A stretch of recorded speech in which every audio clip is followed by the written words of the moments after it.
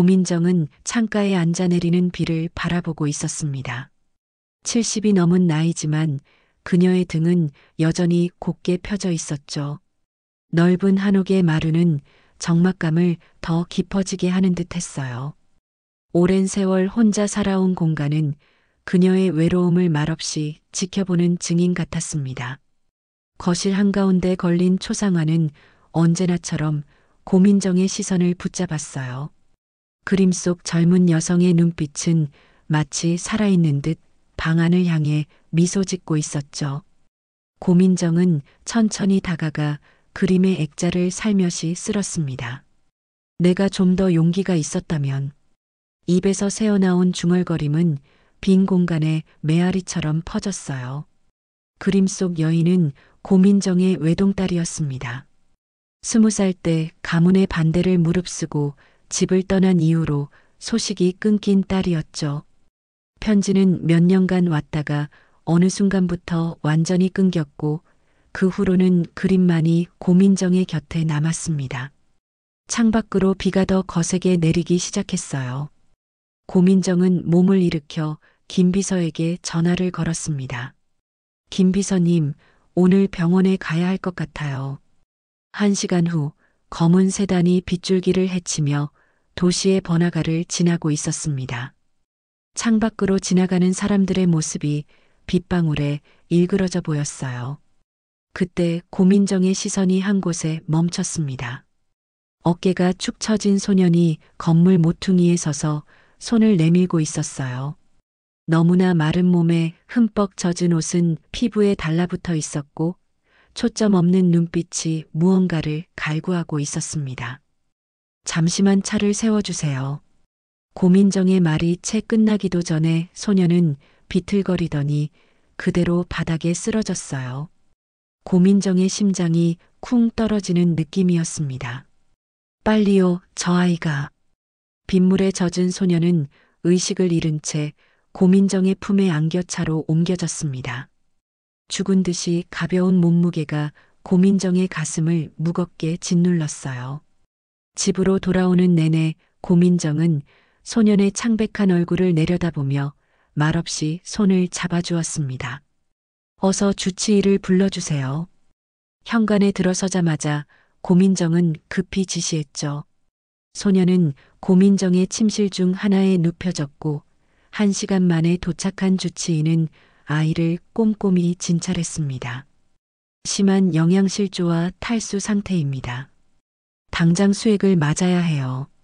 의사의 말에 고민정은 소년의 앙상한 팔을 바라보았습니다. 피부 아래로 푸른 혈관이 그대로 비쳐 보일 정도로 말라 있었어요. 살짝 튀어나온 광대뼈와 움푹 들어간 볼, 그리고 흐릿한 입술. 그 모습에 고민정의 마음도 점점 무너져 내렸습니다. 제가 할 수 있는 건 다 하겠습니다. 아이를 살려주세요. 밤이 깊어갈수록 빗소리는 점점 잦아들었지만 고민정의 불안은 더 커져만 갔어요. 그녀는 소년의 침대 옆에 앉아 그의 이마에 올려진 젖은 수건을 자주 갈아주었습니다. 처음 보는 아이인데도 왠지 모를 익숙함이 느껴졌죠. 마치 오래전부터 알고 있던 사람처럼.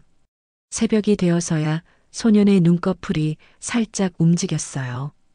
고민정은 잠든 듯 보이던 소년이 천천히 눈을 뜨는 모습을 지켜보았습니다. 아이의 눈동자는 혼란스러워 보였어요. 낯선 천장과 환경에 겁먹은 듯 했죠. 괜찮아. 이제 안전해. 고민정의 부드러운 목소리에 소년은 천천히 고개를 돌려 그녀를 바라보았습니다. 그러다 갑자기 눈에 눈물이 고이기 시작했어요. 떨리는 입술로 소년이 말했습니다. 할머니, 저 집에 가야 해요. 동생이 혼자 굶고 있어요. 그 말에 고민정은 가슴이 덜컥 내려앉는 느낌이었어요. 이 추운 밤에 또 다른 아이가 어딘가에서 혼자 굶주리고 있다는 생각에 그녀의 눈가에도 눈물이 맺혔습니다. 동생은 어디 있니? 고민정이 걱정스럽게 물었습니다. 소년의 눈에서는 눈물이 그치지 않았어요. 시장 뒤쪽 낡은 건물 구석이요. 제발 데려가 주세요. 고민정은 망설임 없이 김 비서를 불렀습니다. 지금 당장 아이와 함께 가봐야겠어요. 빗물이 고인 거리를 달려 도착한 곳은 오래된 상가 건물의 한 귀퉁이였어요. 소녀는 벽에 난 작은 틈새로 고민정을 안내했습니다. 그곳은 건물 리모델링 과정에서 생긴 작은 공간이었죠. 한 뼘의 여유도 없는 좁은 곳에 누더기 같은 이불 한 장이 놓여 있었습니다. 그 이불 속에서 작은 소녀가 배를 움켜쥔 채 웅크리고 있었어요. 소년이 달려가 소녀를 흔들자 소녀는 천천히 눈을 떴습니다. 너무나 말라버린 작은 얼굴이 고민정의 가슴을 찢어 놓았어요. 오빠, 배고파. 소녀의 희미한 목소리가 고민정의 귓가를 파고들었습니다. 고민정은 눈물을 참으며 두 아이를 차로 데려왔어요. 김 비서가 급히 준비한 간단한 음식이 차 안에 있었죠. 두 아이는 허겁지겁 음식을 먹기 시작했습니다. 너무 급하게 먹는 모습에 고민정은 천천히 먹어도 돼. 다 너희 거야라고 말했지만 아이들은 여전히 음식이 사라질까 두려운 듯 서둘러 먹었어요. 그 모습에 고민정은 말없이 고개를 돌렸습니다. 눈물이 볼을 타고 흘러내렸어요. 자신이 누리는 풍요로움과 이 아이들의 현실 사이의 극명한 대비가 그녀를 괴롭혔습니다.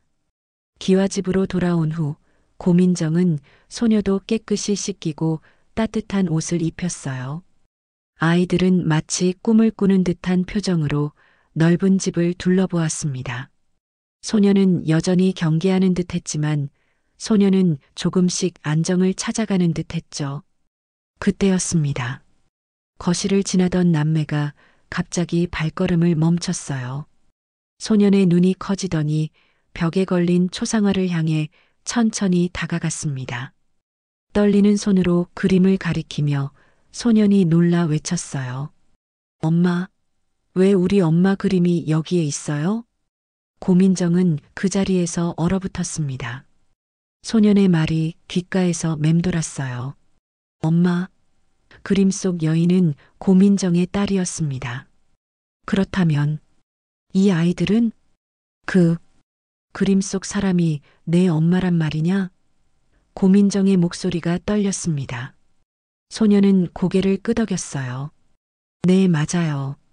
우리 엄마예요. 어떻게 여기에? 고민정은 다리에 힘이 빠지는 것을 느꼈습니다. 소파에 천천히 앉으며 그녀는 두 아이를 자세히 살펴보았어요. 그제야 보였습니다. 소년의 눈매는 딸을 닮았고 소녀의 미소는 분명 딸의 것과 같았죠. 어떻게 이런 일이 가능할까요? 운명이라고 해야 할까요? 아니면 기적일까요? 너희 엄마 이름이 혹시 고수진이니? 고민정이 조심스럽게 물었습니다. 두 아이의 눈이 동시에 커졌어요. 네, 어떻게 아셨어요? 고민정의 눈에서 눈물이 흘러내렸습니다.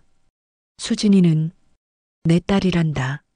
그 말에 방 안에 침묵이 내려앉았어요. 소녀는 혼란스러운 표정으로 고민정을 바라보았고 소녀는 그저 고개를 갸웃거렸습니다. 그럼 할머니가 저희 진짜 할머니인 거예요? 소녀가 조심스럽게 물었어요. 고민정은 천천히 고개를 끄덕였습니다. 그렇단다. 나는 너희 외할머니야. 그녀는 떨리는 손으로 두 아이에게 다가갔어요. 손주들을 품에 안고 싶은 마음이 간절했지만 아이들의 표정에서 읽히는 혼란을 존중하며 거리를 두었습니다. 수진이는 지금 어디 있니? 고민정이 조심스럽게 물었지만 질문을 던지는 순간 이미 답을 알고 있었어요.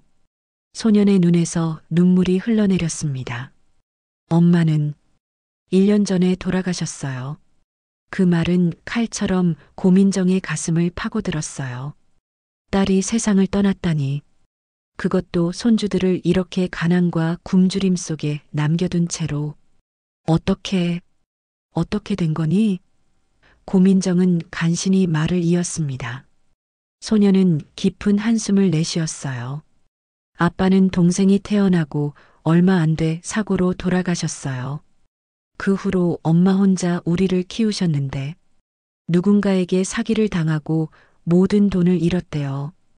그리고 병에 걸리셔서 고민정의 머릿속은 수진이와의 마지막 기억으로 가득 찼습니다. 20살의 수진이 짐을 챙기던 그날 밤이 생생하게 떠올랐어요. 남편은 딸이 집안에서 일하던 청년과 사랑에 빠졌다는 사실을 알고 대노했었죠.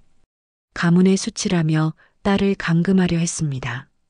고민정은 딸이 사랑하는 사람과 도망치는 것을 몰래 도왔어요. 하지만 그것이 전부였습니다. 그 이후로 그녀는 남편의 눈치를 보며 딸에게 적극적인 도움을 주지 못했어요. 딸이 보내온 편지도 남편 몰래 읽어야 했고 답장도 제대로 보내지 못했죠. 내가 좀 더 용기가 있었더라면. 고민정은 마음속으로 되뇌었습니다.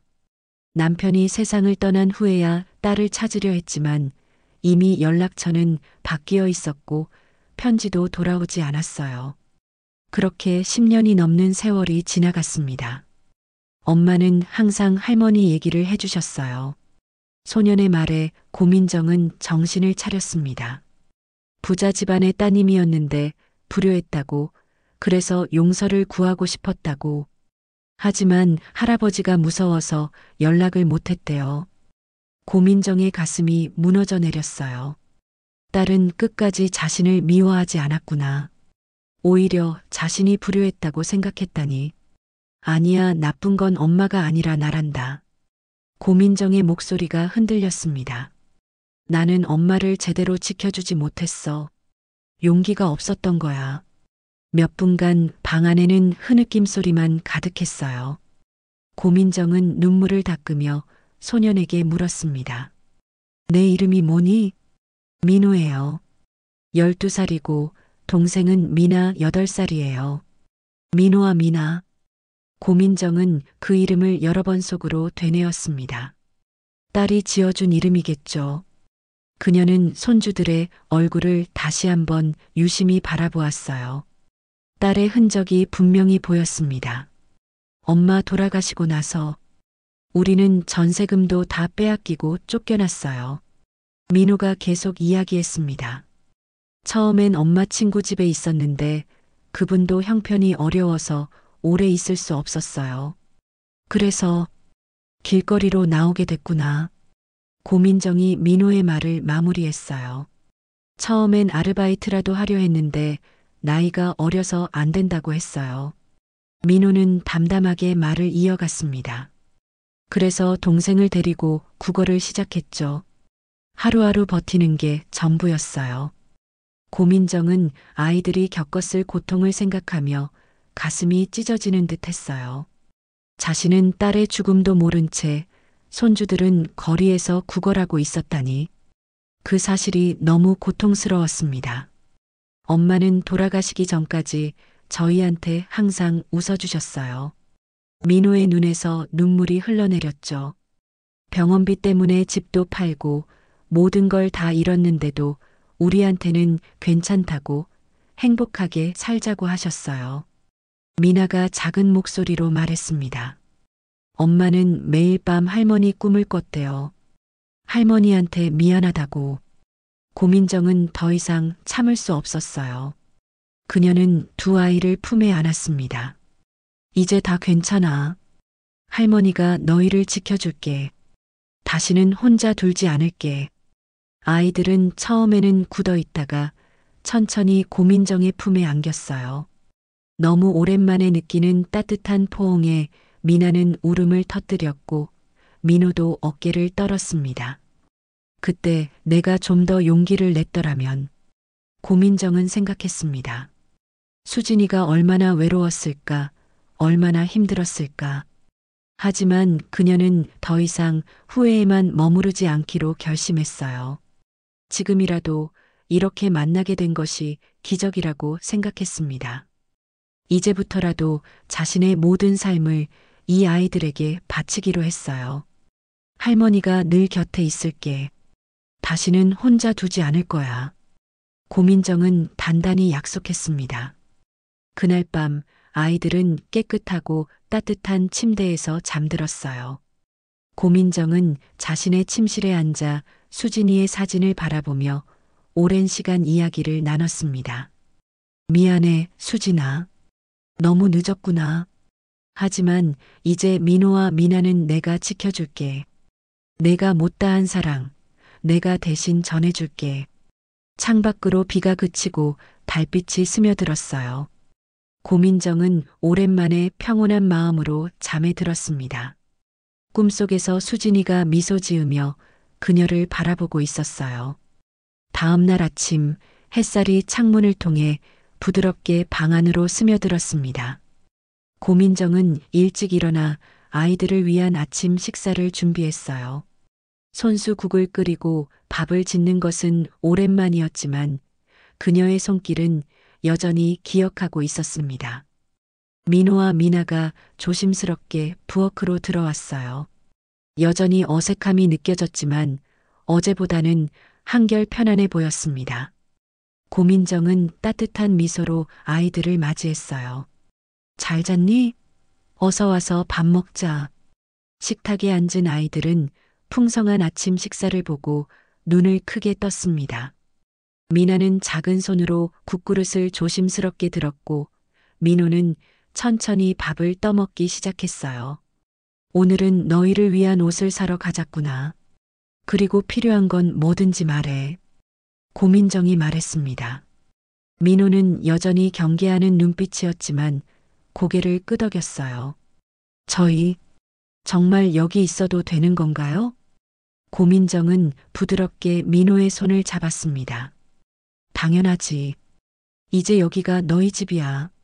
너희는 내 손주들이고 나는 너희 할머니란다. 우리는 가족이야. 그 말에 민호의 눈가에 눈물이 맺혔어요. 미나는 작은 목소리로 물었습니다. 그럼 학교도 다시 갈 수 있어요? 물론이지. 곧 전학 절차를 밟을 거야.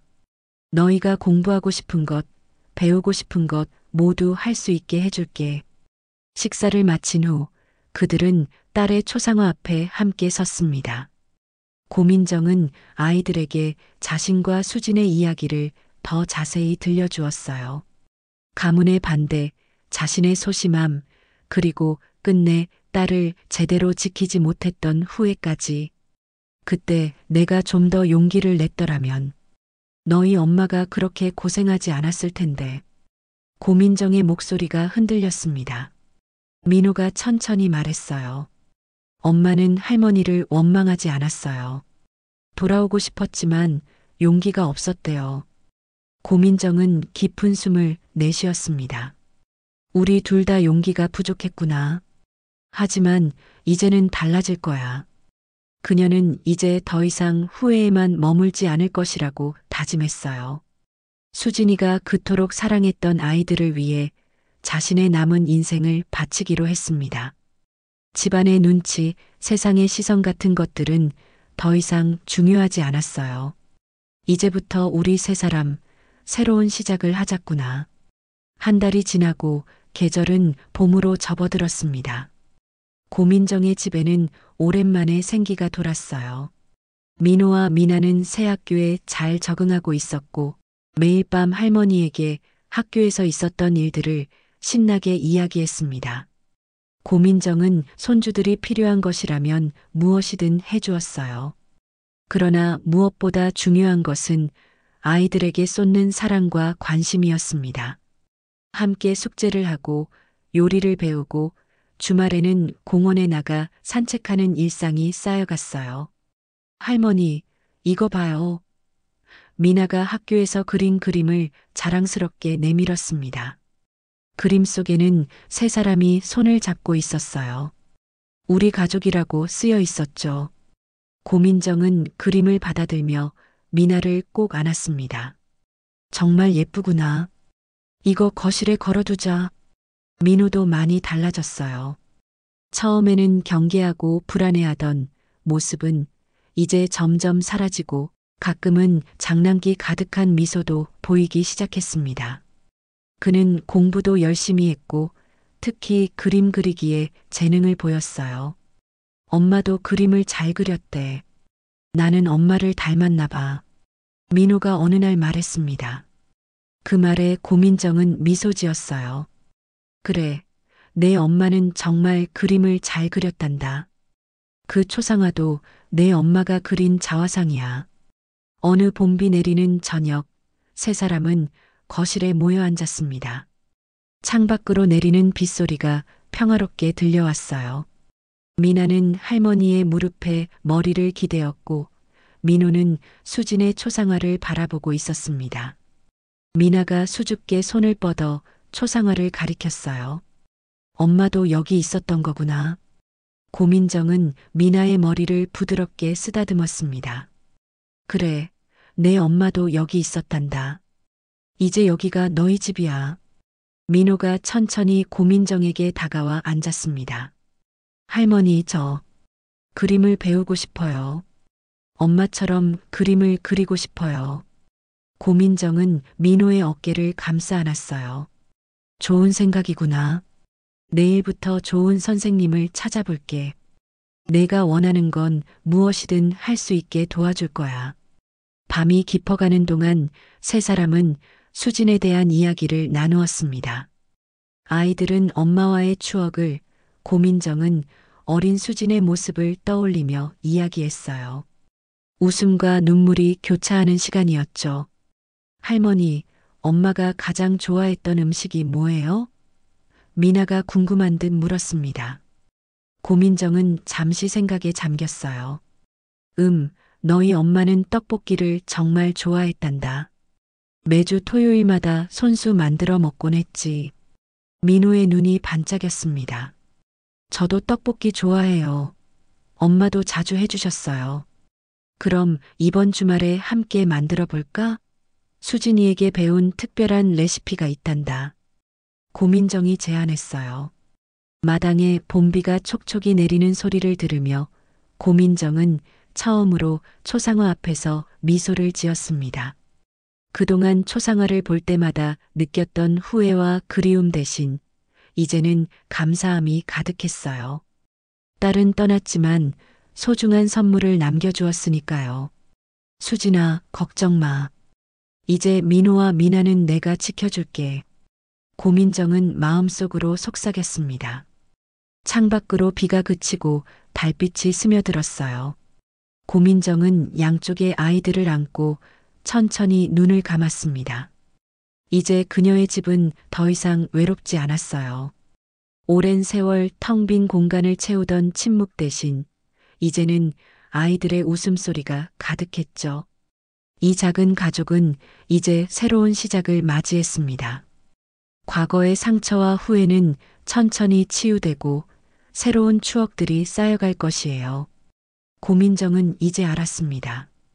가족은 피보다 함께하려는 마음에서 시작된다는 것을. 그리고 후회는 되돌릴 수 없지만 사랑은 지금부터라도 시작할 수 있다는 것을요. 미나가 졸음에 겨운 목소리로 물었습니다. 할머니, 우리 계속 함께 있는 거죠? 고민정은 미나의 이마에 부드럽게 키스했어요. 그럼 언제나 함께란다. 약속할게. 그렇게 비 오는 밤, 세 사람은 서로를 위로하며 새로운 가족으로서의 첫밤을 맞이했습니다. 고민정의 기와집은 이제 더 이상 과거의 그늘에 갇힌 공간이 아니었어요. 이제 그곳은 희망과 사랑이 자라나는 따뜻한 보금자리가 되었습니다.